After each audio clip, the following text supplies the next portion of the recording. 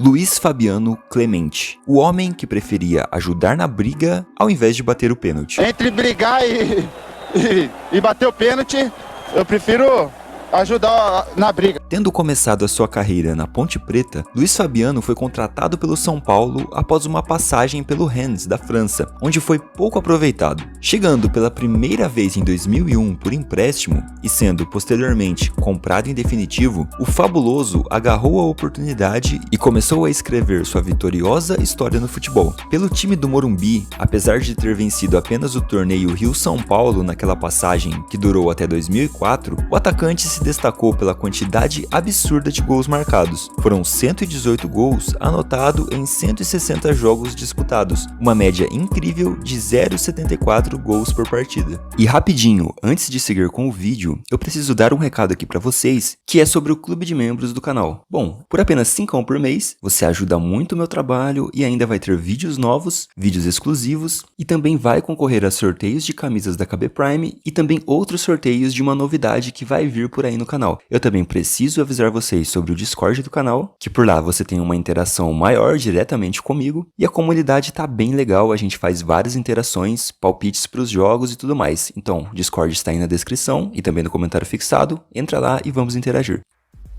Além dos gols, uma outra característica marcante do Fabuloso era o seu temperamento, digamos, nada dócil, explosivo, encrenqueiro, briguento e demasiado transparente. O craque colecionava cartões amarelos e vermelhos quase na mesma proporção em que seus gols chamavam a atenção. Como dito, Luiz Fabiano teve um desempenho muito acima da média individualmente, mas atuou em um São Paulo que estava em processo de reconstrução depois de uma década tão vitoriosa como havia sido a anterior, nos anos 90. Logo, uma das suas maiores contribuições ao clube foi fazer com que o time voltasse a disputar a Taça Libertadores depois de quase 10 anos de ausência, objetivo alcançado através do 3º lugar no Brasileirão de 2003, iniciando a base que se tornaria vencedora da própria competição internacional, entre outras grandes conquistas nos anos seguintes. Só que além dos gols, esse seu temperamento rendia cenas impagáveis e atitudes polêmicas, sendo que uma delas gerou um dos primeiros e maiores memes quando esse termo ainda nem sequer existia. Em uma partida válida pela semifinal da Copa Sul-Americana de 2003, o São Paulo enfrentava o River Plate da Argentina, no Morumbi, após ter perdido o jogo de ida no Monumental por 3-1. Em um jogo tenso e com os ânimos à flor da pele, Rico abriu o placar após cobrança de falta de Rogério Ceni, com direito a um tumulto generalizado depois da tentativa de reinício rápido da partida. Diego Tardelli anotou o segundo gol 5 minutos depois, num belíssimo chute de fora da área para empatar, e o jogo seguia com muitas entradas violentas, bandeirinha de escanteio sendo arrancada pelos argentinos, muita catimba e sem a regra dos gols fora de casa como critério de desempate, a partida encaminhou-se para os pênaltis. Só que assim que o árbitro Jorge Larrionda apitou o final do tempo regulamentar, o circo pegou fogo, ou como disse Kleber Machado na transmissão, o pau quebrou. Entre os últimos minutos da partida e o início das penalidades, foram 6 jogadores expulsos, 3 de cada lado. Ameli, zagueiro que teve uma passagem até pelo São Paulo, Pereira e Barrado pelo lado do River Plate, e já pelo lado do tricolor, o atacante autor do primeiro gol, Rico, recebeu o vermelho direto na confusão, Jean recebeu o segundo amarelo, tal qual Luiz Fabiano, que imediatamente após o apito final, simplesmente deu uma voadora no camisa 2 do River, Oscar Almada.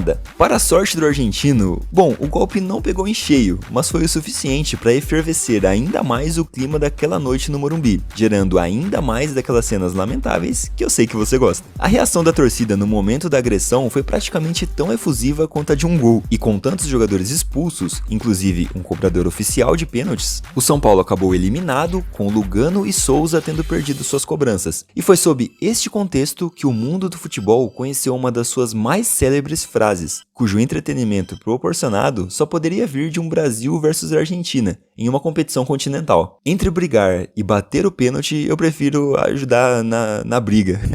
Cara, não tem como, confere isso aí.